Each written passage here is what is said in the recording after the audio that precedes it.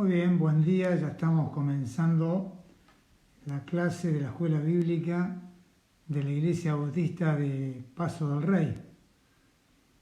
En breve algunos ya se va a estar conectando y bueno, ya estamos avisando también que aquellos que no disponen de redes, es decir, para verlo en vivo por Facebook Live en el muro de la Bautista o verlo después en diferido ya subido en YouTube, lo estamos también enviando como mensaje de voz al grupo de la Bautista. Así que si alguno no está en el grupo, pronto ya solicite ingresar, así puede participar del estudio bíblico, obviamente que va a estar una vez que se termine, ¿no es cierto? Y esta mañana otra vez estamos con Mateo capítulo 10, porque estamos poniendo énfasis en este sermón que hemos llamado sermón misional. Es decir, tenemos el sermón del monte y ya estamos viendo el segundo sermón del libro de Mateo. Está en Mateo capítulo 10 y vamos a parar esta mañana en los versículos del 34 al 39. La vez pasada estuvimos viendo aquellos del 26 al 33, así que seguimos con esta línea y cuando terminemos con el sermón misional, entonces vamos a volver a los otros dos libros, Mateo y Lucas y Marcos. Pero por el momento seguimos viendo, obviamente viendo los pasajes paralelos en Marcos y Lucas, porque como ya lo hemos visto en otro momento, la relación de estos tres libros consta de haber usado tanto Lucas como Mateo a Marcos como libro base para después editar con distintos énfasis, Lucas a un gentil y Mateo a los judíos de su época, dos libros con distintas características, ¿no? Entonces seguimos viendo esos pasajes paralelos y al mismo tiempo en forma paralela los otros dos libros, que eso no quiere decir que no estemos citando otros textos de la Biblia, inclusive el Evangelio de Juan, ¿no es cierto? Así que bueno, el texto para hoy es Mateo 10, 34 y dice: no penséis que he venido para traer paz a la tierra, no he venido para traer paz, sino espada. Porque he venido para poner en disensión al hombre contra su padre, a la hija contra su madre, a la nuera contra su suegra, y los enemigos del hombre serán los de su casa. El que ama a padre o madre más que a mí, no es digno de mí. El que ama a hijo o hija más que a mí, no es digno de mí. Y el que no toma su cruz y sigue en pos de mí, no es digno de mí. El que haya su vida la perderá, y el que pierde su vida por causa de mí la hallará. Hasta acá ese pasaje nos encontramos de entrada con una aparente contradicción, ¿no es cierto? Porque que Jesús diga, no piensen que he venido a traer paz a la tierra, nos llama la atención. De hecho, está dicho de una forma que a propósito nos impulsa a investigar un poquito más, ¿no es cierto? Jesús, que dijo, mi paz os dejo, mi paz os doy, ahora está diciendo, no he venido a traer paz a la tierra, ¿no? Entonces, esta aparente contradicción nos hace pensar un poco, mirar un poco qué es lo que está queriendo decir, ¿no es cierto? En Juan capítulo 3 tenemos un poco una descripción del origen de este conflicto, y el conflicto surge internamente en la vida de cada persona. Cada persona tiene un conflicto con Dios. Y este pasaje de Juan capítulo 3, en donde Jesús habla con Nicodemo, muestra ese conflicto interno que cada persona tiene con Dios. Dice en el versículo 16, que todos, o la mayoría conocemos, porque de tal manera amó Dios al mundo, que ha dado a su Hijo unigénito, para que todo aquel que en él cree no se pierda, mas tenga vida eterna. porque no envió Dios a su Hijo al mundo para condenar al mundo, sino para que el mundo sea salvo por él. El que en él cree no es condenado, pero el que no cree ya ha sido condenado porque no ha creído en el nombre del unigénito Hijo de Dios. Y esta es la condenación, que la luz vino al mundo y los hombres amaron más las tinieblas que la luz, porque sus obras eran malas. Porque todo aquel que hace lo malo aborrece la luz y no viene a la luz para que sus obras no sean reprendidas. Mas el que practica la verdad viene a la luz para que sea manifiesto que sus obras son hechas en Dios. Acá está el primer conflicto. Cuando habla Mateo, no he venido a traer paz, sino espada, está hablando de un conflicto, de una guerra, de un enfrentamiento. Y el primer enfrentamiento surge en el corazón del ser humano con su Creador. Y este pasaje nos revela eso, que Dios amó tanto al mundo que envió a su Hijo para que su Hijo reemplazara a cada uno de las personas, de los seres que Él creó, reemplazara en ese castigo que el pecado, la desobediencia, la rebelión a Dios, el seguir nuestro propio camino lejos de Él, nos llevaba a la condenación. Pero ahora que Jesús vino y entregó su vida, el Padre entregó al Hijo a morir en la cruz en reemplazo por el pecador, ahora la obra ya está hecha. ¿En qué consiste la condenación entonces? La condenación no es que yo tenga que pagar por mi pecado, porque ya Cristo pagó. Ahora la condenación es mía. Yo me condeno a mí mismo cuando rechazo la salvación que Dios me da. Cuando rechazo al Salvador, cuando rechazo la vida que se espera que tenga una vez que reciba a Cristo como Salvador. Por eso dice este pasaje, los hombres amaron más las tinieblas que la luz, porque sus obras eran malas. Entonces, la condenación es esta, que la luz vino al mundo y los hombres rechazaron esa luz, rechazaron a Jesús. El conflicto entonces está en el corazón de cada persona en relación con su Creador. El Creador manda a su Hijo a morir pagando la culpa de los pecados de esa persona, y esa persona, en vez de recibir semejante regalo con un precio tan alto, tan caro y tan gran muestra de amor de parte del Padre y del Hijo, en vez de recibirlo, lo rechaza, ¿no? ¿Por qué? Bueno, porque se ama más las tinieblas que la luz. Entonces, en ese conflicto interno de cada persona con el Creador, como siempre digo, los ateos se desviven por demostrar que Dios no existe. ¿Para qué demostrar que Dios no existe si Dios no existe? ¿No es cierto? Hay un conflicto interno de la persona por demostrar algo que no es verdad. ¿No es cierto? Porque en su corazón, en su mente, interiormente, viven un permanente conflicto en esa relación truncada con su Creador, con su Padre. Entonces, negar que mi Padre no es mi Padre, estar afirmando que mi Padre no es mi Padre, es un conflicto, porque interiormente sé que mi Padre es mi Padre, ¿no?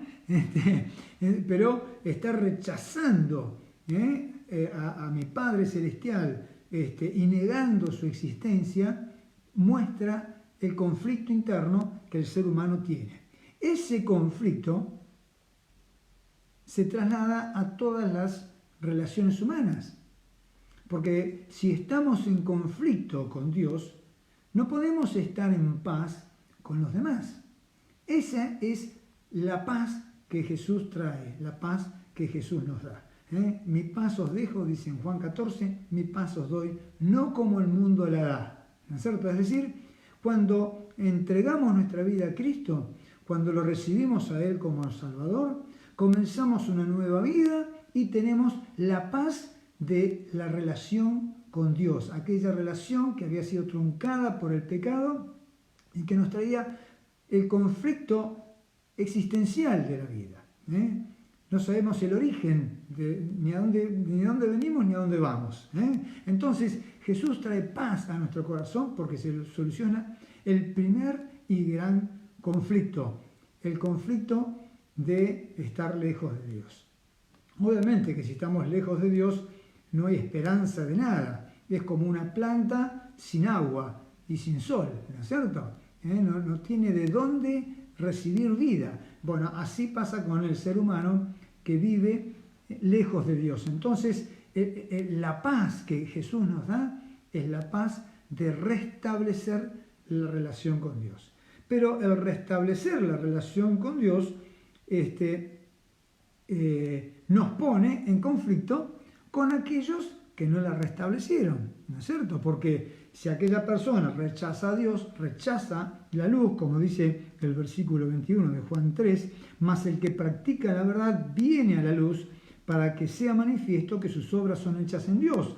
Entonces, aquel que busca a Dios hace evidente que está buscando vivir de acuerdo a las pautas del reino de Dios, ¿no es cierto?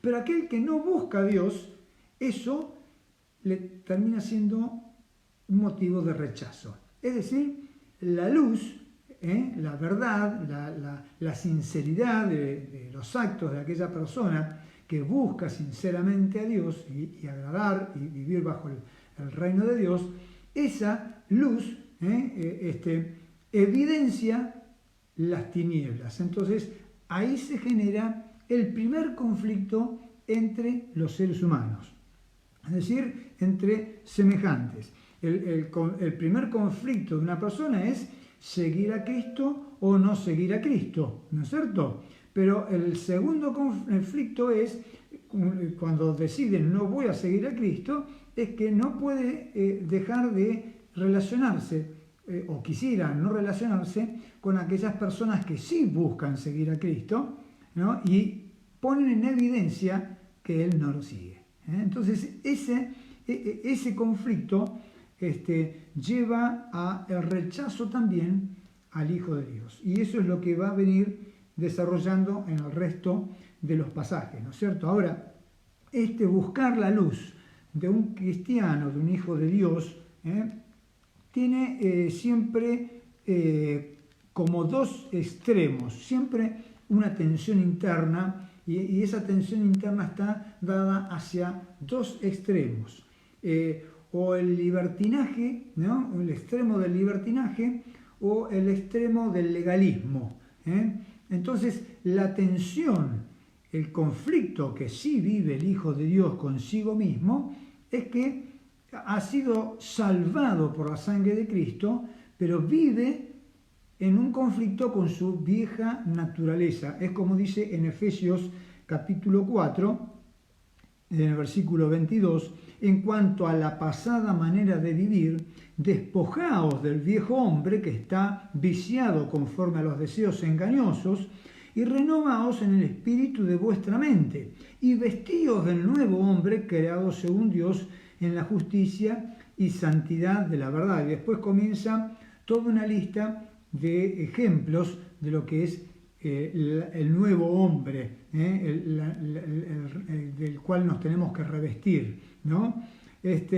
Y una actitud que tiene que ver con nuestra relación con aquellos que no siguen a Cristo. La primera aparece en el capítulo 5, versículo 3, que habla de ese, pero fornicación y toda inmundicia o avaricia, ni aún se nombre entre vosotros como conviene a santos. Es decir, hay cosas que ni siquiera tenemos que hablar de ellas. Después en el versículo 7 dice, no seáis pues partícipes con ellos, porque en otro tiempo las tinieblas, mas ahora sois luz en el Señor, andad como hijos de luz, porque el fruto del Espíritu es en toda bondad, justicia y verdad, comprobando lo que es agradable al Señor.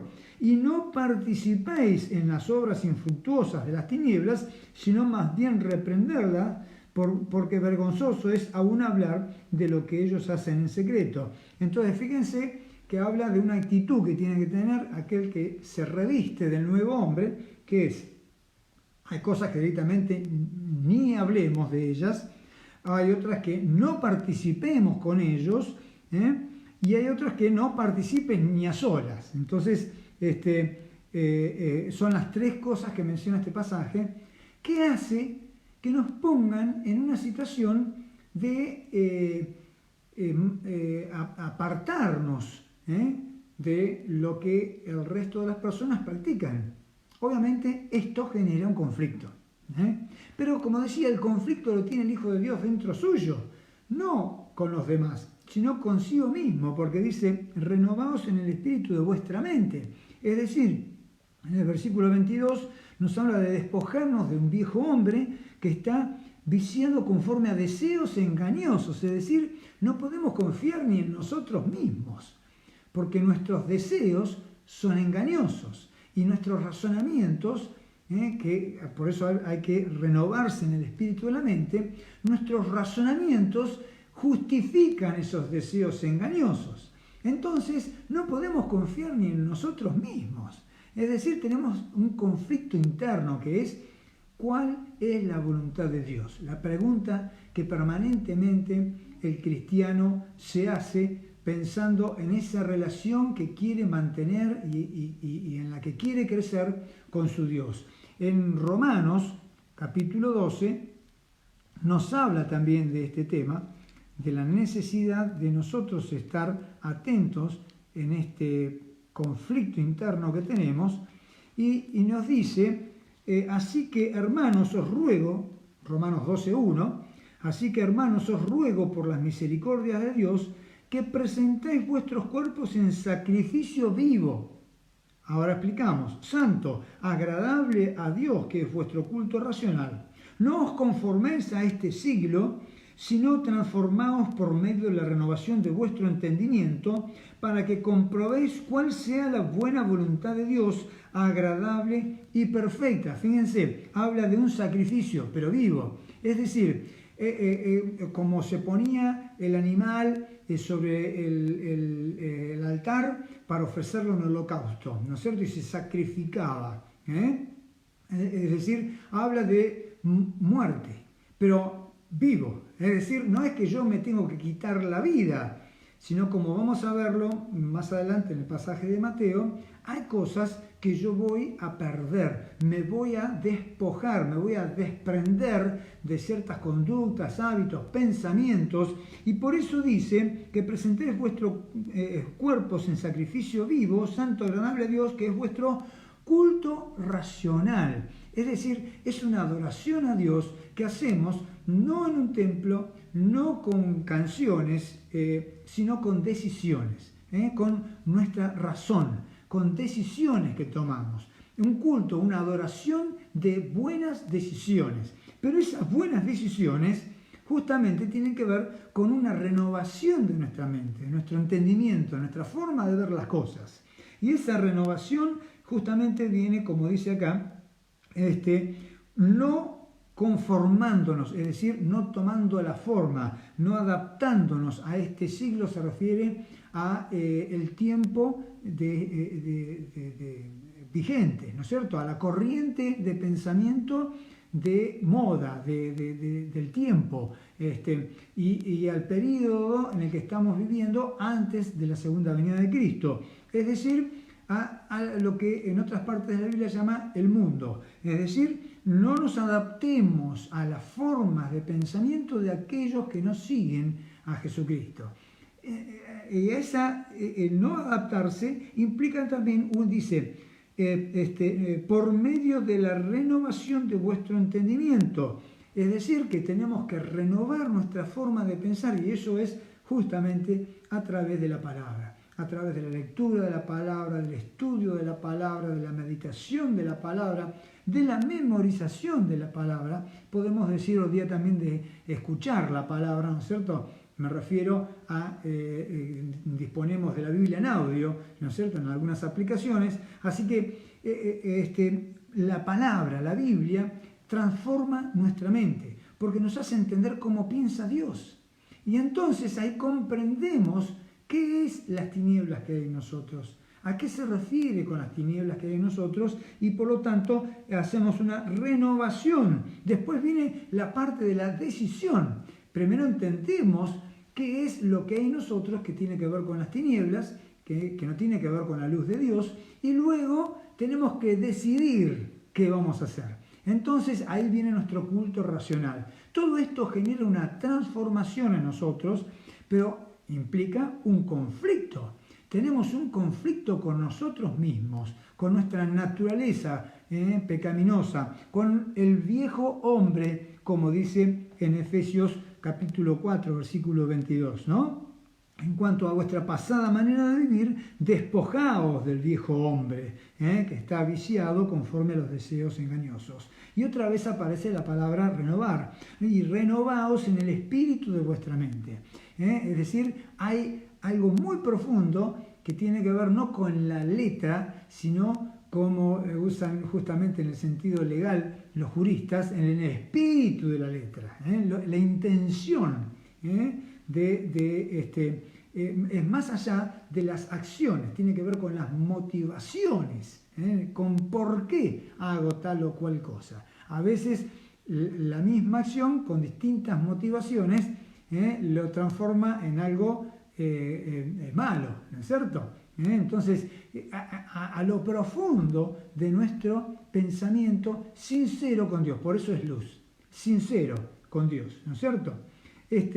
Hay un pasaje en Colosenses en donde nos muestra, capítulo 2, Colosenses capítulo 2, donde nos muestra estas tensiones que hablé al principio, que vive el Hijo de Dios. El Hijo de Dios vive una tensión en caer en el libertinaje, al que muchos van, o en el legalismo en el que algunos se plantan, para poder poner dos actitudes diferentes.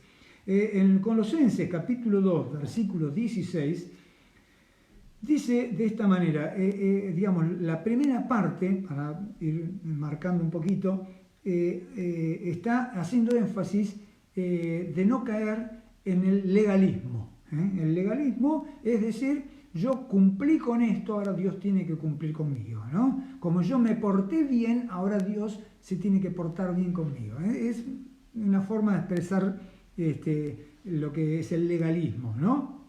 La verdad es que la Biblia nos dice, nunca cumplimos, nunca llegamos a la medida. Así que todo lo que recibimos es de gracia, es de amor de Dios, porque Él tiene misericordia con nosotros y no nos da como nosotros merecemos, ¿no? Entonces, el legalismo no entiende la gracia. El legalismo piensa que cumple y exige a los demás porque piensa que cumple. Es decir, una mentalidad que no es la de Dios, que tapa, tiene que ver con las tinieblas, pero tapa con una religiosidad, con una apariencia santulona, como le decimos, ¿no? Con una apariencia tapa esas tinieblas y oculta la verdad de lo que hay dentro suyo, evade el conflicto porque simplemente lo tapa. Jesús le decía a los religiosos de su época, sepulcros blanqueados, es decir, por dentro, ¿no es cierto? El hedor del cadáver, pero por fuera blanqueaditos, ¿no es cierto? Entonces, esta primera parte nos muestra la religiosidad. Dice, por tanto, nadie os juzgue en comida o en bebida en cuanto a días de fiesta, luna nueva o días de reposo, todo lo cual es sombra de lo que ha de venir. Pero el cuerpo es de Cristo. Nadie os prive de vuestro premio afectando humildad y culto a los ángeles, entremetiéndose en lo que no ha visto, vanamente hinchado por su propia mente carnal y no haciéndose de la cabeza, es decir, Cristo, en virtud de quien todo el cuerpo, nutriéndose, es decir, la iglesia, el cuerpo de Cristo, nutriéndose y uniéndose por las coyunturas y ligamentos, crece en el crecimiento que da Dios. Pues si habéis muerto con Cristo en cuanto a los rudimentos del mundo, ¿por qué como si vivieseis en el mundo os sometéis a preceptos tales como no manejes, no gustes ni aun toques en conformidad de mandamientos y doctrinas de hombres, cosas que todas se destruyen con el uso? Tales cosas tienen en la verdad cierta reputación de sabiduría en culto voluntario, en humildad y en duro trato del cuerpo, pero no tienen valor alguno contra los apetitos de la carne, es decir, no transforman la vida. Todo ese legalismo no transforma el corazón, no nos lleva a la luz, evade el conflicto que el Hijo de Dios tiene dentro suyo, buscando la voluntad de Dios, lo evade. Parece, ¿no es cierto?, como dice acá, tales cosas tienen cierta reputación de sabiduría en culto voluntario, en humildad, en duro trato del cuerpo, es decir, hay un esfuerzo, ¿no? Y con ese esfuerzo el legalista se siente satisfecho, pero no cambió nada, no hubo cambios. Entonces, el capítulo 3, en el versículo 1, empieza diciendo: si pues habéis resucitado con Cristo, buscad las cosas de arriba, es decir, la luz, buscar a Dios, en donde está sentado Cristo, donde está Cristo sentado a la diestra de Dios. Poned la mira en las cosas de arriba y no en las de la tierra, porque habéis muerto y vuestra vida está escondida con Cristo en Dios. Cuando Cristo, vuestra vida, se manifieste, entonces vosotros también seréis manifestados con Él en gloria. Es decir, mientras estamos acá, tenemos un conflicto con nosotros, con nuestros deseos engañosos, con nuestra naturaleza pecaminosa, la carne, ¿no es cierto? Pero cuando Cristo venga a buscarnos, vamos a ser liberados de eso y vamos a ser semejantes a Él en esa gloria, ¿no es cierto? Y por eso habla de la verdadera búsqueda del Hijo de Dios. Y empieza con una palabra clave que vamos a volver sobre ella. Y un poquito vimos también con el tema del sacrificio vivo. Dice, haced morir, haced morir pues lo terrenal en vosotros. Fornicación, impureza, pasiones desordenadas, malos deseos y avaricia, que es idolatría. Cosas por las cuales la ira de Dios viene sobre los hijos de desobediencia, en las cuales vosotros también anduvisteis en otro tiempo cuando vivíais en ella. Pero ahora dejad también, y ahora habla de cosas más sutiles, vosotros todas estas cosas: ira, enojo, malicia, blasfemia, palabras deshonestas de vuestra boca. No mintáis los unos a los otros, habiéndoos despojado del viejo hombre, otra vez la misma expresión que en Efesios, en el capítulo 4, 22, despojados del viejo hombre con sus hechos y revestido del nuevo, la misma expresión, el cual conforme a la imagen del que lo creó, se va renovando hasta el conocimiento pleno. ¿Ven la similitud de términos entre Efesios 4, Romanos 12 y Colosenses capítulo 3? Es decir, despojarnos, hacer morir las obras, las viejas obras, despojarnos del viejo hombre, vestirnos del nuevo hombre, es decir, de una conducta, y renovarnos en nuestra mente.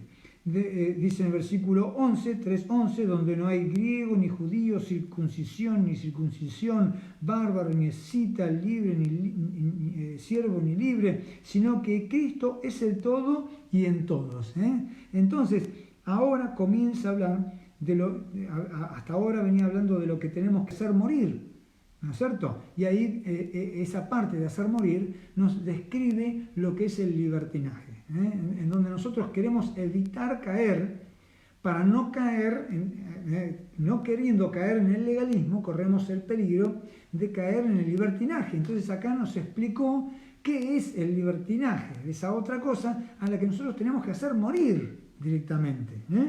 Pero en el versículo 12 empieza a ponernos una breve descripción de lo que es la vida en la luz, lo que es la vida siguiendo a Cristo. Dice, vestíos pues como escogidos de Dios, santos y amados, de entrañable misericordia, de benignidad, de humildad, de mansedumbre, de paciencia, soportándoos unos a otros y perdonándoos unos a otros si alguno tuviere queja contra otro, de la manera que Cristo os perdonó, así también hacedlo vosotros. Y sobre todas estas cosas vestíos de amor, que es el vínculo perfecto, y la paz de Dios gobierne vuestros corazones, a la que asimismo fuisteis llamados en un solo cuerpo, y sed agradecidos. Fíjense que esto se resume en una sola palabra: amor. La ética cristiana no tiene que ver con la cantidad de no que no podemos hacer, no esto, no aquello, no lo otro, que sería el legalismo, ni una mente abierta que recibe todo sin cuestionamiento de nada, del libertinaje, sino una conducta que está basada en el amor.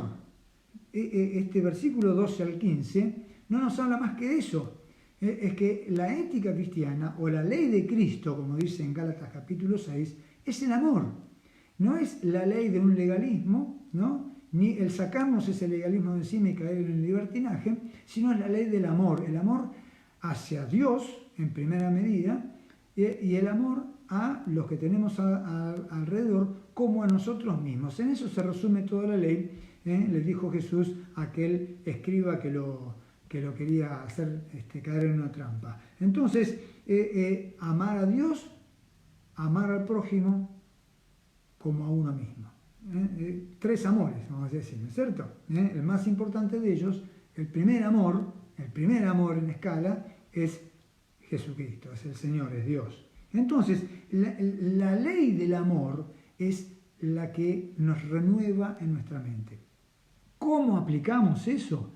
Es el gran problema de la ética cristiana. Es el gran tema de la ética cristiana. Porque nosotros podemos confundir la aplicación de la ley del amor con pautas culturales. Y entonces confundimos una cultura con una ética. Este es otro gran problema que tenemos, por ejemplo, con el legalismo, ¿no es cierto? De pronto nosotros tenemos una forma de hacer y de sentir que es propia de nuestra cultura, no solamente de parte de una nación y otra nación, sino también de etnias, ¿no es cierto? Y también de subculturas. En una ciudad también hay subculturas, pero de pronto lo que es bueno acá en África es malo, y así pasa también en Oriente, ¿no? En cada cultura lo bueno y lo malo varía y tiene que ver con una concepción cultural, pero el amor no varía, el amor siempre es amor. Y en ese cuestionamiento de la ética basado en el amor, y en la palabra de Dios, que es amplia, ¿no es cierto?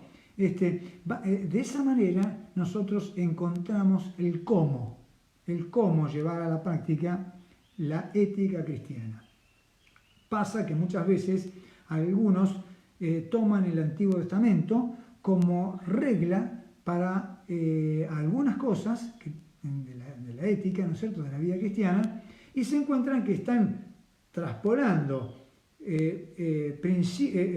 reglas en base a principios del amor, principios de santidad divina, reglas aplicadas en una cultura oriental de miles de años atrás, otra cultura, con otra mentalidad, con otra forma, aplicando eso a nuestra vida moderna en Occidente de forma literal, y cometemos errores. Así actúa el legalismo.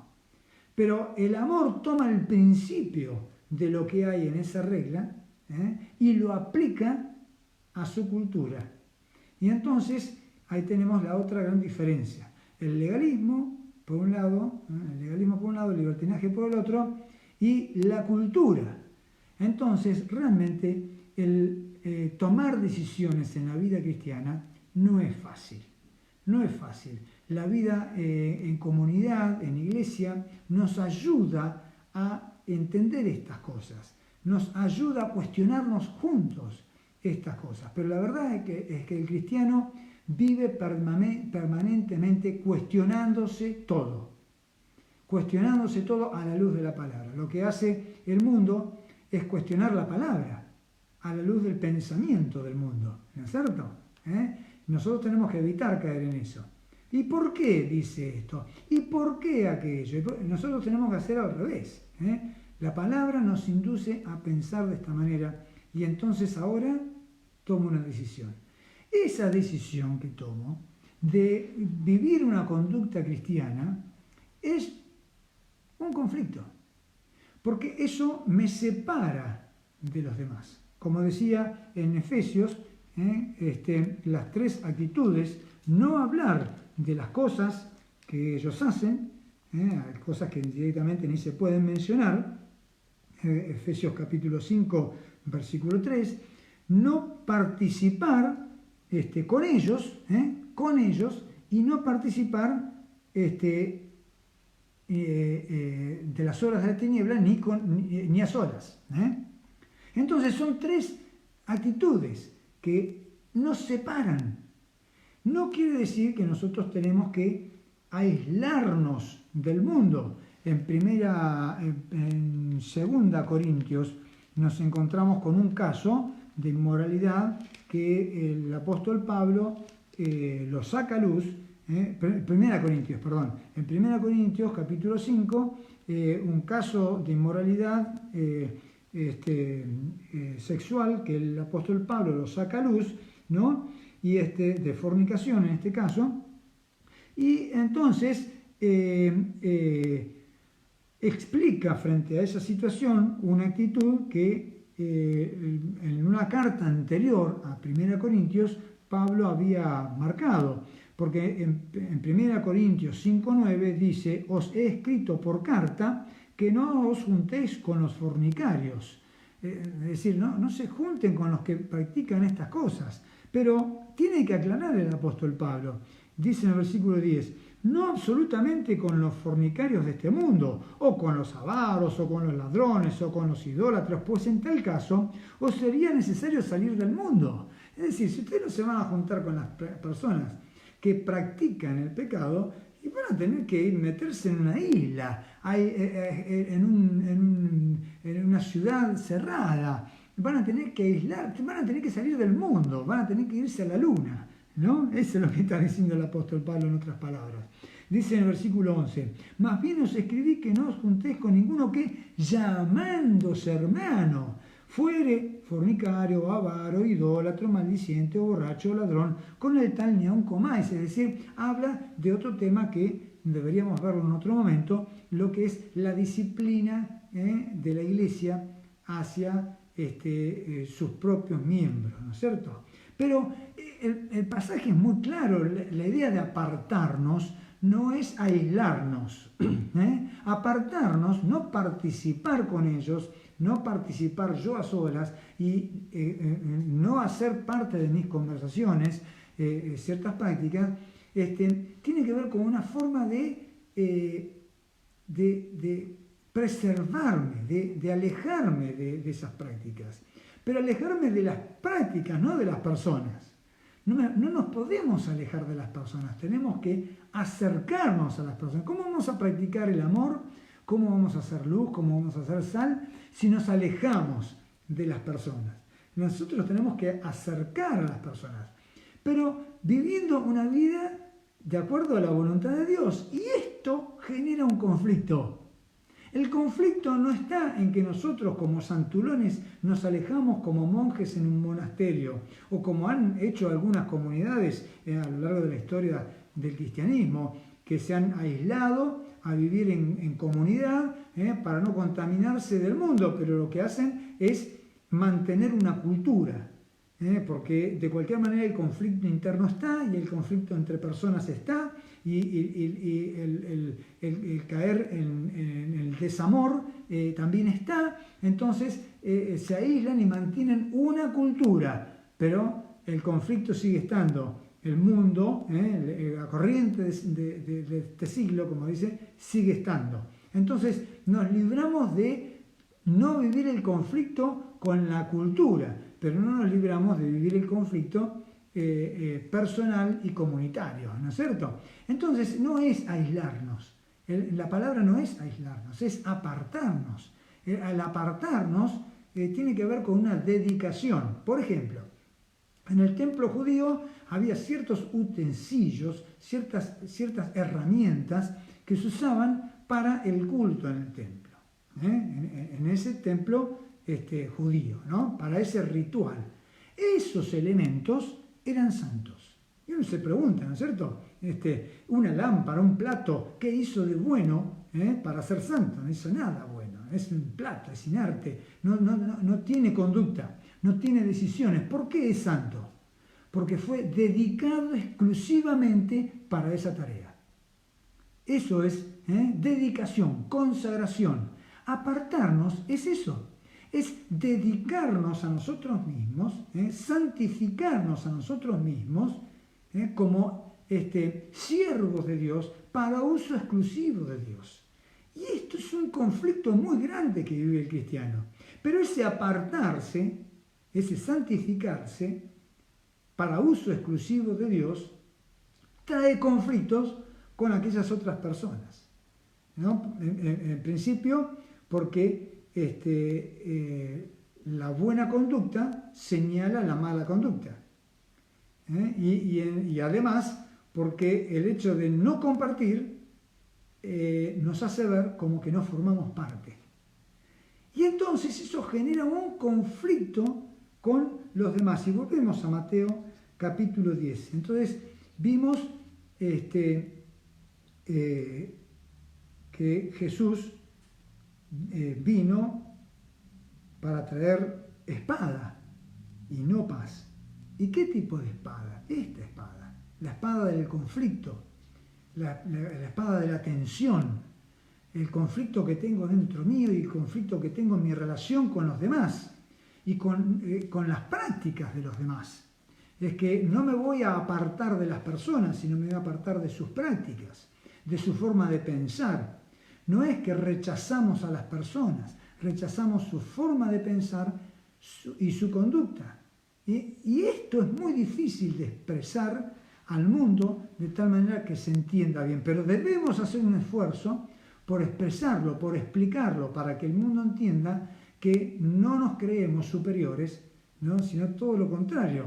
Pues justamente porque reconocemos nuestra inferioridad, nuestro pecado, es que nos acercamos a Dios y buscamos hacer su voluntad. Entonces, es un conflicto permanente que vive el cristiano, el Hijo de Dios verdadero, y la iglesia verdadera.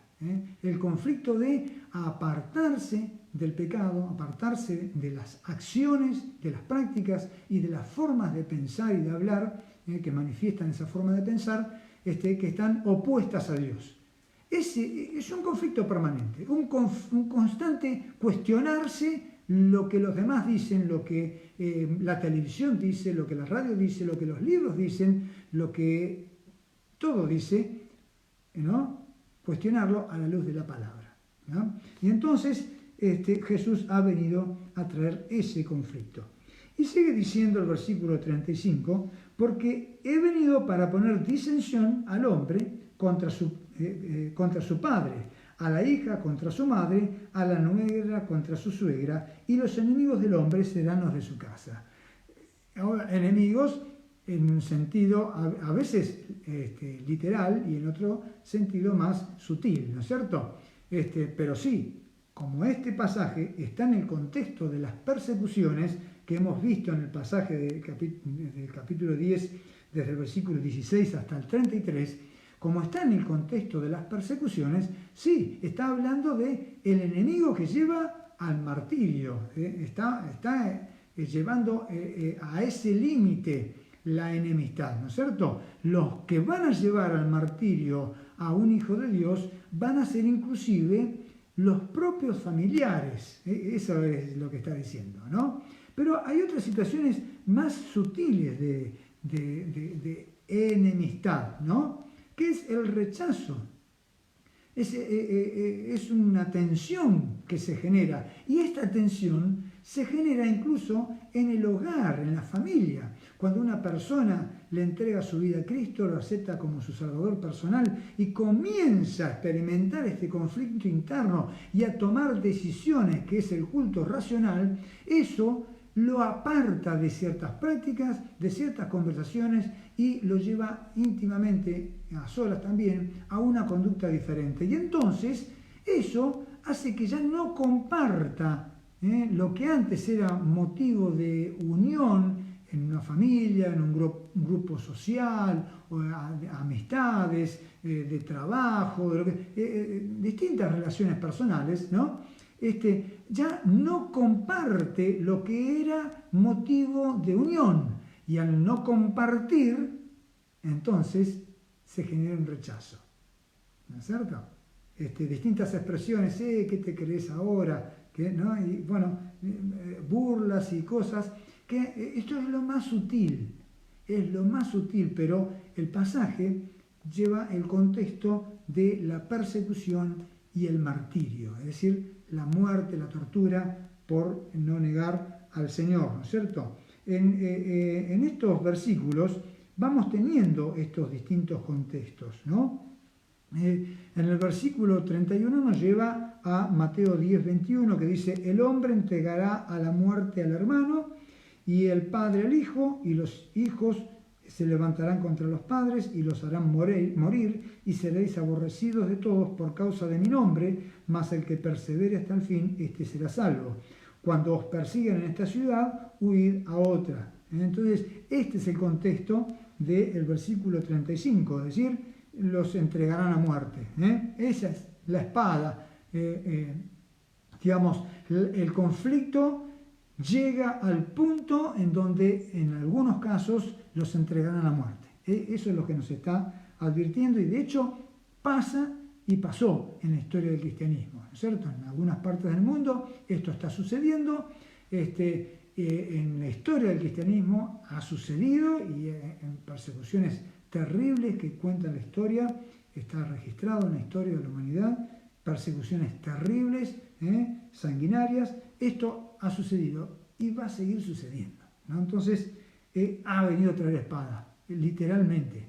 Pero también, como decíamos, en un sentido más figurado, en el versículo 36, Mateo, como lo hace muchas veces a lo largo de todo el Evangelio de Mateo está citando textos del Antiguo Testamento.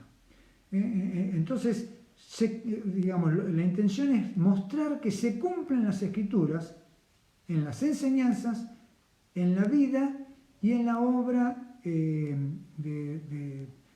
vicaria, es decir, en la muerte y resurrección de Cristo en la cruz. Está mostrando que Jesús es el Mesías. A lo largo de todo el libro, Mateo está haciendo este énfasis. Y entonces, vez tras vez, cita textos del Antiguo Testamento para mostrar que en Jesús se cumple el Antiguo Testamento.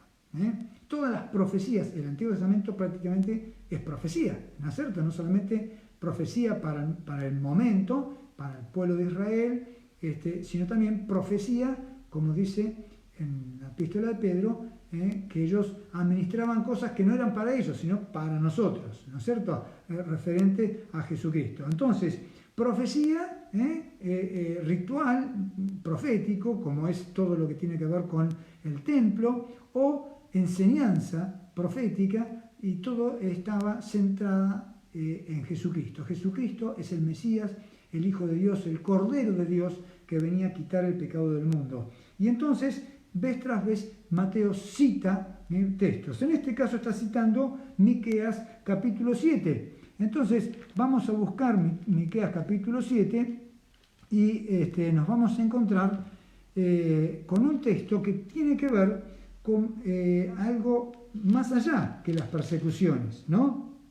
En el capítulo 7, versículo 1 dice: «Ay de mí, porque estoy como cuando han recogido los frutos del verano, como cuando han rebuscado después de la vendimia y no queda racimo para comer. Mi alma deseó los primeros frutos. Faltó el misericordioso de la tierra, y ninguno hay recto entre los hombres. Todos acechan por sangre, cada cual arma red a su hermano. Para completar la maldad con sus manos, el príncipe demanda y el juez juzga por recompensa», es decir, por coima, ¿no? Como decimos acá en Argentina. Y el grande habla el antojo de su alma, y lo confirman. El mejor de ellos es como el espino, el más recto como un zarzal. El día de tu castigo viene, el que anunciaron tus atalayas. Ahora será su confusión. No creáis en amigo, ni confiéis en príncipe. De la que duerme a tu lado, cuídate, no abras tu boca. Porque el hijo deshonra al padre, la hija se levanta contra la madre, la nuera contra su suegra, y los enemigos del hombre son los de su casa. Mas yo a Jehová miraré, esperaré al Dios de mi salvación, el Dios mío me oirá. Está el profeta hablando de cómo se siente frente a la maldad que lo rodea, ¿no? Y de tal manera es esta situación de maldad que se evidencia, que nosotros nos hacemos eco de esta palabra, ¿no? Que no puede confiar en nadie. Como decíamos al principio, el Hijo de Dios no puede confiar ni en sus propios deseos engañosos, ¿no? Por eso termina diciendo, mas yo a Jehová miraré, esperaré al Dios de mi salvación, el Dios mío me oirá. Pero justamente Mateo cita en Miqueas 7:6, en la segunda parte, donde dice, y los enemigos del hombre son los de su casa. Habla de forma también exagerada, es decir, una hipérbole, ¿no? Una forma exagerada de comparar, que dice, no le creas a tu amigo, no creáis en amigo, ni confiéis en príncipe, es decir, ni en gobernantes ni en tu amigo. Y dice, de la que duerme a tu lado, cuídate, es decir, ni de la esposa, ¿no es cierto? Es decir, no podés confiar ni en vos mismo, porque tus deseos son engañosos. Poné tu confianza en Dios. Este texto nos habla no de las persecuciones, sino del cuestionamiento de la ética cristiana.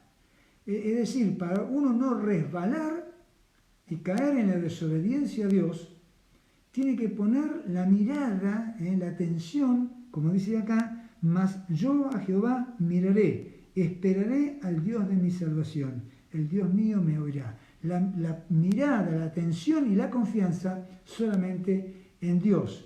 Y entonces esto nos lleva no a las persecuciones, sino a los rechazos cotidianos. Porque en esta búsqueda de la voluntad de Dios hay aciertos y hay desaciertos. Es decir, nos vamos a equivocar, vamos a errar. No solamente que vamos a hacer malas cosas, sino que las cosas que queremos hacerlas bien, muchas veces las vamos a hacer mal, porque tenemos una motivación de agradar a Dios y en ese intentar buscar el camino nos vamos a equivocar y las personas nos van a decir, pero ¿cómo? ¿No era que vos? Entonces, sí, sin duda, muchas veces, pero estamos en una búsqueda, estamos en un seguir a Cristo. Y seguir a Cristo implica, como habíamos dicho, muerte. Vamos a llegar a esa parte que es muy interesante. Pero tenemos el versículo 37 que dice, el que ama a padre o madre más que a mí, no es digno de mí. Y el que ama a hijo o hija más que a mí, no es digno de mí. Es decir, el conflicto nos lleva a que, si experimentando el rechazo incluso de los seres más queridos, no solamente la sociedad, los grupos de pertenencia, sino también incluso los seres más queridos, experimentando el rechazo, nosotros cedemos en nuestra postura, estamos eligiendo mal. Es decir, tenemos que ser intransigentes en la búsqueda de la voluntad de Dios. En el seguir a Cristo, tenemos que ser intransigentes. Y en esto nos caemos en el pasaje de Apocalipsis, donde justamente, como mencioné, ¿no?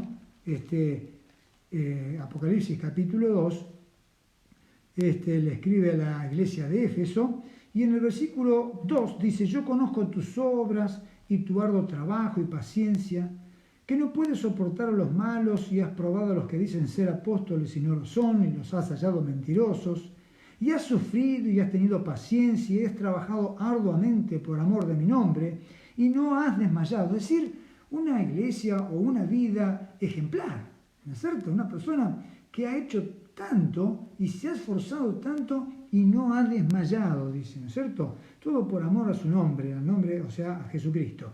Pero dice el versículo 4, pero tengo contra ti que has dejado tu primer amor. El primer amor no tiene que ver con una etapa de la vida cristiana ni un sentimiento, sino con una persona. El primer amor, el más alto, es Cristo. Es decir, nosotros tenemos muchos amores, ¿no es cierto? Familiares, hijos, esposa, esposo, amigos, compañeros, el amor a la patria o el amor a algún líder político. Son distintos tipos de amor, ¿no es cierto? Que en la Biblia, en el griego, se usan distintas palabras para cada tipo de amor, ¿no? Pero son distintos tipos de amor, pero el más importante, ¿cuál es? El primero, ¿cuál es en tu vida? Puede ser vos, ¿no? El primer amor, pero justamente acá el Señor nos lleva a que dejaste el primer amor, te deslizaste y en las elecciones cotidianas Cristo dejó de ser el primer amor, el más importante, aquel por el cual dar la vida. Entonces dice, tengo contra ti que has dejado tu primer amor. Recuerda, por tanto, de dónde has caído y arrepiéntete y haz las primeras obras. Pues si no, vendré pronto a ti y quitaré tu candelero de su lugar si no te hubieras arrepentido. Entonces, fíjense que es necesario hacer un cambio para poder volver al primer amor, es decir, a tener a Jesucristo como primer amor. Hay que arrepentirse, hay que hacer un cambio. Es decir, hay una actitud del corazón que tenemos que recuperar o obtener, que es poner a Jesucristo y las demandas de la relación con Él en primer lugar. Siempre tenemos demandas en las relaciones con las personas. A algunas personas les molesta pensar que Jesucristo, para relacionarse con Él, pone demandas, pero esto lo ponen todas las personas. En cualquier relación que nosotros estamos empezando, de hecho, primero, miramos a cuestiones que tienen que ver con el aspecto físico, ¿no? o con la higiene, o con la conducta, las tradiciones, las cuestiones culturales. En la primera instancia aparecen esas cuestiones, a ver si hay empatía, ¿no? Es decir, yo estoy poniendo demandas a los demás. Después empiezan los detalles, en donde en algunas cosas se puede negociar, pero en otras uno es intransigente. No, yo con esto no puedo convivir, ¿no? Entonces uno pone distancia. Uno está poniendo demandas a los demás. Los demás nos ponen demandas en la relación hacia ellos, nosotros relacionándonos a ellos. ¿Cuánto más el Creador? ¿No es cierto? Que tiene que mantenerse sin mancha para ser santo. Entonces Jesús pone demandas para relacionarse con nosotros. Y nosotros, ¿qué hacemos? ¿Aceptamos esas demandas? ¿Qué tanto nos importa la relación con Él? ¿Cuánto nos importa relacionarnos con Jesucristo? En la medida en que nos importa relacionarnos con Jesucristo, es que vamos a aceptar las demandas de la relación con Él, y obviamente esto nos va a poner en conflicto con nosotros y con los demás. Ese conflicto que nos pone con los demás es lo que viene diciendo acá, no vine para traer paz. Por eso, volvemos al tema de las demandas y dice, el que no ama padre o madre más, el que ama padre o madre más que a mí, no es digno de mí. Es importante comparar este texto con el de Lucas. Estamos en Lucas capítulo 13, lo expresa de otra manera, ¿no? Lucas, capítulo 13, Lucas capítulo 14, versículo 25. Dice, grandes multitudes iban con él y volviéndose les dijo. Es decir, Jesús no estaba interesado en grandes cantidades de seguidores como un youtuber, por ejemplo, ¿no es cierto? No era la cantidad de seguidores, sino la calidad de esos seguidores. ¿Qué tan comprometidos están conmigo todos estos que me siguen? ¿No? Entonces se vuelve y les dice, si alguno viene a mí y no aborrece a su padre y madre y mujer e hijos y hermanos y hermanas y aún también su propia vida, no puede ser mi discípulo. Fíjense, el otro decía, el que ama a padre o madre más que a mí, no es digno de mí. Pero acá dice, el que no aborrece. Y esto nos pone también en un cortocircuito en nuestra mente, ¿no? Obviamente, este pasaje es otra de las hipérboles, otra de las comparaciones exageradas que pone el Señor Jesús, ¿no? Y siempre pongo como ejemplo de una de las comparaciones cuando Jesús dijo que el que codiciaba a una mujer, ¿no es cierto?, mirándola nada más, ya adulteró en su corazón. Dice, es mejor entrar al cielo sin un ojo, ¿no es cierto?, que habiendo cometido pecado. A ver, lo voy a leer para que sea más claro, ¿no? Es decir, hay una gran hipérbole en ese pasaje, ¿no?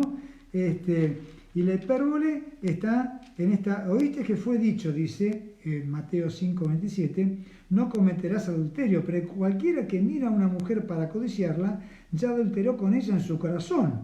Por tanto, si tu ojo derecho te es ocasión de caer, sácalo y échalo de ti, pues mejor te es que se pierda uno de tus miembros y no todo tu cuerpo sea echado en el infierno. Si tu mano derecha te es ocasión de caer, córtala y échala de ti, pues mejor es que se pierda uno de tus miembros y no que todo tu cuerpo sea echado en el infierno. Todos entendemos que esto es una comparación exagerada. Nadie se arrancó su ojo, ni nadie se cortó su mano, ¿no es cierto? El mundo estaría lleno de personas con ojos arrancados, no uno, sino los dos, ¿no? O mancos que se han cortado las manos aplicando esto literalmente. Nadie lo ha aplicado literalmente, ¿no? Porque es una comparación exagerada. Esto está hablando de la negación a uno mismo, ¿no es cierto? Y lo mismo nos habla el otro pasaje. Aborrecer a un familiar es una comparación exagerada. Es decir, el amor al primer amor, que es Jesucristo, tiene que ser tan alto que el amor a los siguientes amores, ¿no es cierto?, queda como si lo aborreciéramos. Es una comparación exagerada, ¿no es cierto?, una hipérbole. Esa hipérbole nos lleva a mostrarnos que Jesucristo es el primer amor. Esto es la muerte de la que vamos a hablar en un rato. Dice en el versículo 27 de Lucas capítulo 14, y el que no lleva su cruz y viene en pos de mí, no puede ser mi discípulo, ¿no? Fíjense que termina el versículo 26 diciendo, y aún también su propia vida no puede ser mi discípulo. Entonces, ¿la cruz qué era para Cristo? La cruz era el lugar donde él sabía que iba a morir, el bautismo por el cual iba a ser bautizado, como dice en otro pasaje, ¿no es cierto? Jesucristo había venido a morir en la cruz y él lo supo, sabía para qué venía. No lo llevaron, no lo mataron los judíos o los romanos, no. Jesucristo dice, yo doy mi vida, yo la pongo, nadie me la quita, dijo Jesús. Entonces, el motivo de su vida, el propósito de su vida, era morir en la cruz. Nosotros tenemos que analizar cuál es el propósito de nuestra vida. El propósito de nuestra vida no es agradarnos a nosotros mismos. Por eso, el agradar a Dios, que es el propósito de nuestra vida, el cumplir el plan que Él tiene para cada uno de nosotros, es decir, el propósito de Dios para nuestra vida, ese es muerte para nosotros. Morimos a nuestras propias pasiones, deseos. ¿Para qué? Para agradar a Dios. Entonces, en esta muerte, en esta cruz, vivimos todos los días. La cruz no es una situación de dolor, una enfermedad, un pariente enfermo, ¿no? Porque algunas personas dicen, es mi cruz, esto es mi cruz, lo tengo que llevar de esta manera al resto de mi vida. No. La cruz de la que habla acá no es eso. La cruz es el propósito de mi vida. Y el propósito de mi vida implica muerte. muerte a nuestros propios deseos, muerte a nosotros mismos, ¿no? En Lucas 12 está el pasaje paralelo también de aquel de Mateo, en el versículo 49 dice, fuego vine a echar a la tierra. ¿Y qué quiero? Si ya se ha encendido.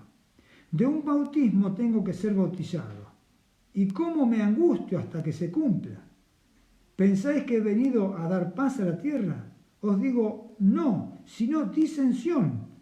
Porque de aquí en adelante, 5 en una familia estarán divididos, 3 contra 2, 2 contra 3. Estará dividido el padre contra el hijo contra la madre contra la hija contra la madre, la suegra contra su nuera y la nuera contra su suegra. Es decir, habla de división, pero la división está en torno a el rumbo que toma la vida de cada uno.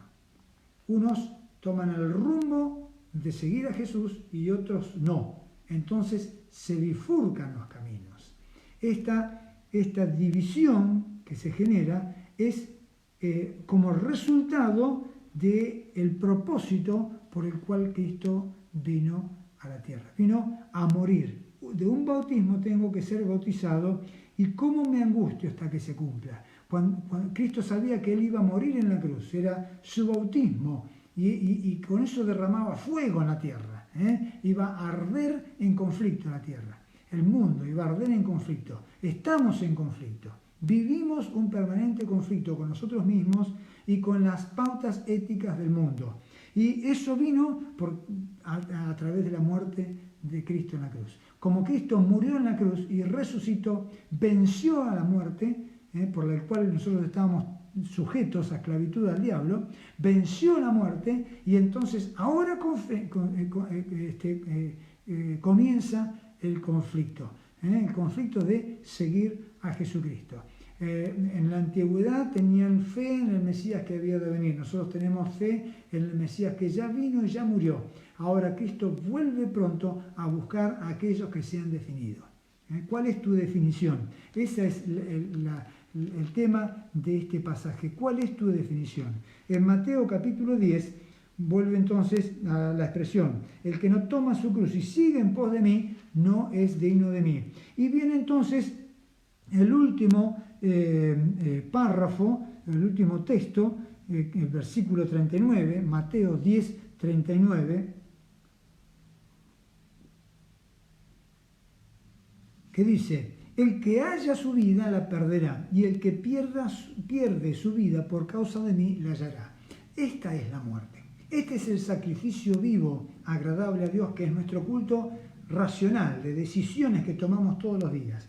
Esto es el renovarnos, es decir, perder. ¿Perder qué? Perder lo que me agrada a mí, aquello que se opone a Dios, pero que me agrada, ¿no? Entonces hay un morir a mí mismo. Hay algo que yo tengo que abandonar y cuesta.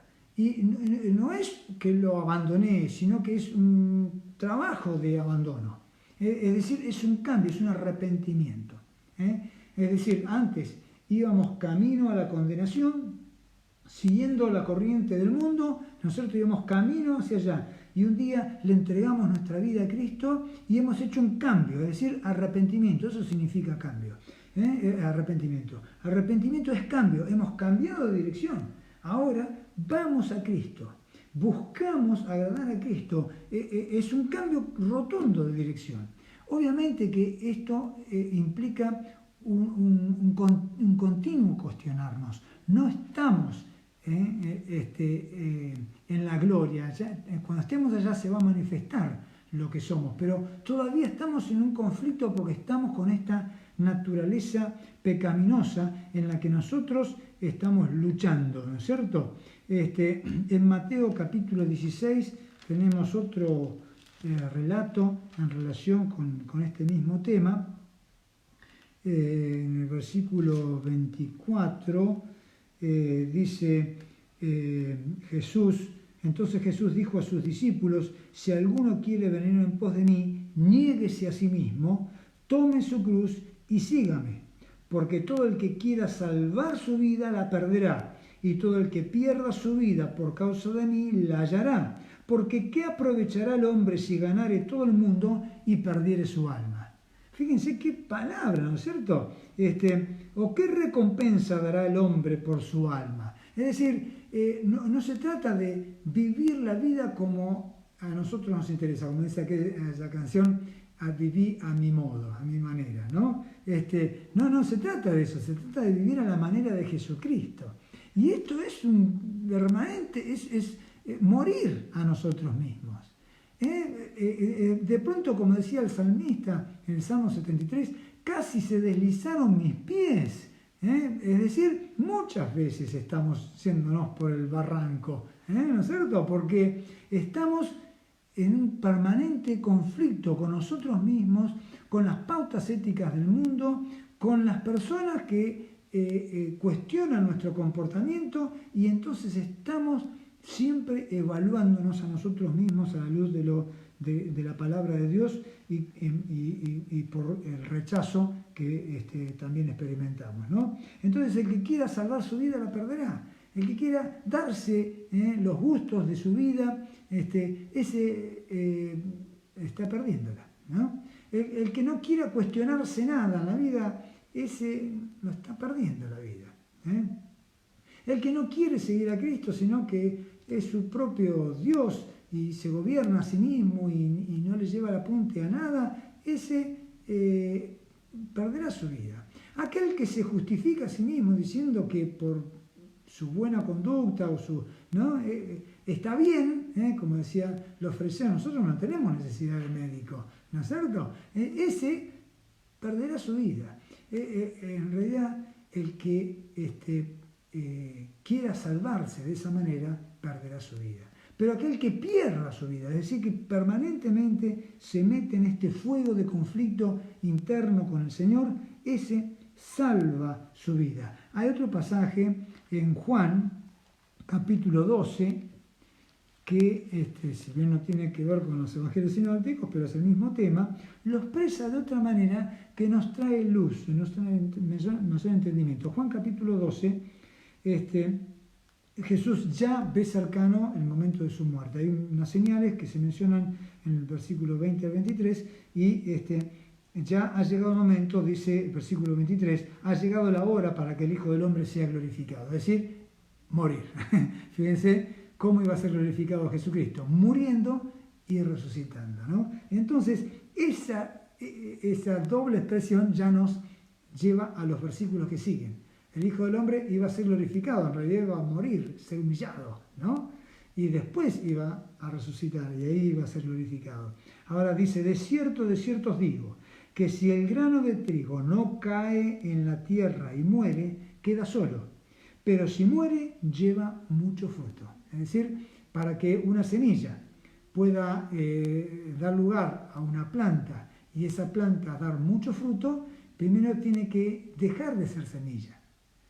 Es plantada en la tierra, muere como semilla para germinar y transformarse en planta. Deja de ser semilla. Si la semilla no cae a tierra y deja de ser semilla, no puede llevar fruto. Así que él está hablando de sí mismo, pero es el camino de la vida cristiana. Es la cruz, es el propósito.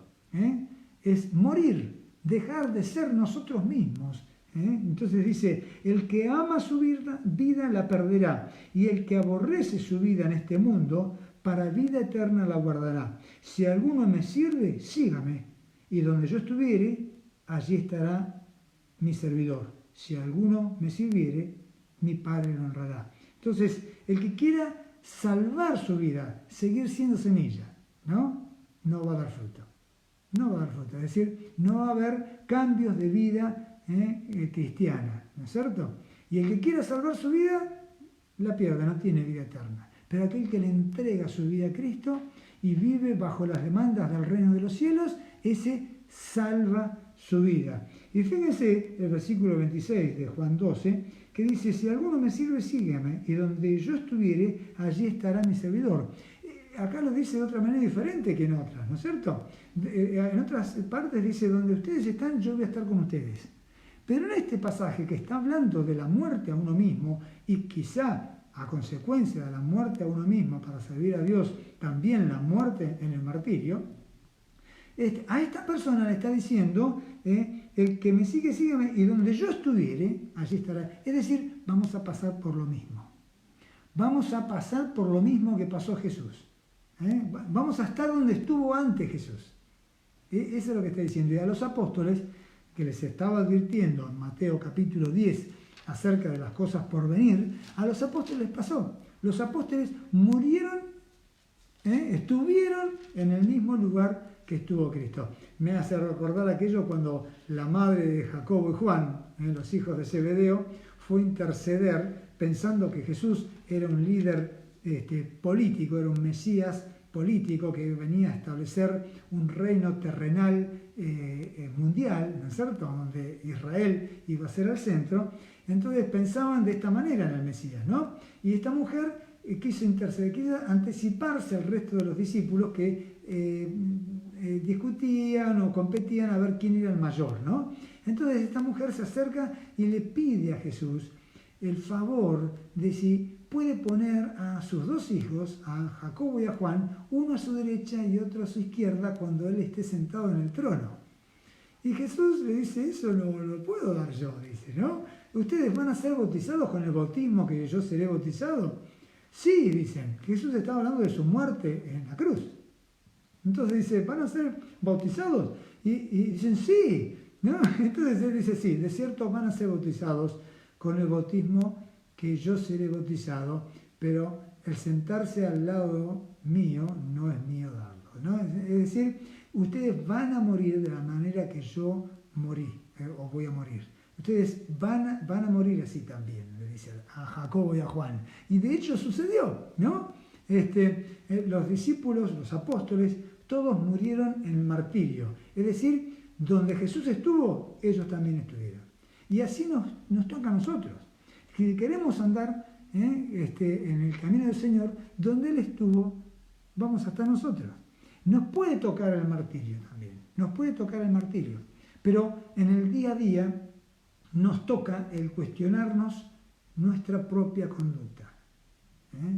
No tanto cuestionarnos la de los demás, sino ser luz, es decir, mirarnos para nosotros mismos y cuestionarnos nuestra conducta permanentemente y asumir que eso va a generar rechazo. El tomar una decisión, un culto racional y morir a nosotros mismos en la conducta que nosotros venimos teniendo, en la forma de pensar, en la forma de hablar, es decir, en la ética de la vida cotidiana, el asumir un cambio en eso y morir a nosotros mismos, a nuestras costumbres, a nuestros deseos, a nuestra forma de pensar, a nuestros argumentos que nos parecen muy inteligentes pero se oponen a la palabra. El morir a esas cosas va a generar un rechazo en los demás. Eso es ser luz. Ser luz es ocuparme de mí mismo, no tanto de la conducta de los demás, ¿no es cierto?, sino de la mía, y mantenerme firme en ese seguir a Cristo. Sin duda que si estoy donde Él está, voy a vivir muchas veces las cosas que vivió Jesús. Decía en el versículo 25, bástele al discípulo ser como su maestro y al siervo como su señor. Si al padre de familia llamaron Belzebú, Satanás, cuanto más a los de su casa. Es decir, si hubo rechazo hacia Jesucristo, ¿cómo no va a haber rechazo hacia los que siguen a Jesucristo? Entonces, ¿estamos dispuestos a morir? La verdad, en este pasaje nos habla de la relación con los demás, pero más nos habla de la relación con nosotros mismos, de las decisiones que nosotros tenemos que tomar y el costo de esas decisiones. Sin duda, cada decisión que nosotros tomemos siguiendo a Jesucristo tiene un costo y tenemos que evaluarlo si estamos dispuestos a sufrirlo, a vivirlo. Ese costo es un costo muy alto, es muy alto. Sentirse a veces solo, a veces abandonado, a veces rechazado, a veces maltratado en el caso de la persecución, y torturado y muerto en el caso de la persecución, ¿no es cierto? Pero lo otro sutil también es quizá permanente, ¿no? Más continuo, ¿no es cierto? Pero nosotros tenemos que cuestionar nuestra conducta. No vaya a ser que nos estén rechazando, porque en realidad lo que nosotros estamos teniendo es una mentalidad tan sectaria que hacemos de una religiosidad nuestra máscara, de una cultura nuestro resguardo, ¿no? Pero en realidad no hemos cambiado nada. Por ahí nos rechazan por nuestra mentalidad sectaria. Nuestra religiosidad, nuestra cultura nos justifica, ¿no es cierto? Y los demás ven que no somos luz, somos también tinieblas. Y nos están criticando porque no hemos cambiado nada, ¿no es cierto? Pero qué importante es cuestionarnos al punto de llegar a decir, ¿estoy haciendo la voluntad de Dios? ¿Cuál es la voluntad de Dios? Bueno, hasta acá vamos a llegar. La próxima ya vamos a estar terminando hasta el sermón misional con el versículo 40 y 42, o al 42.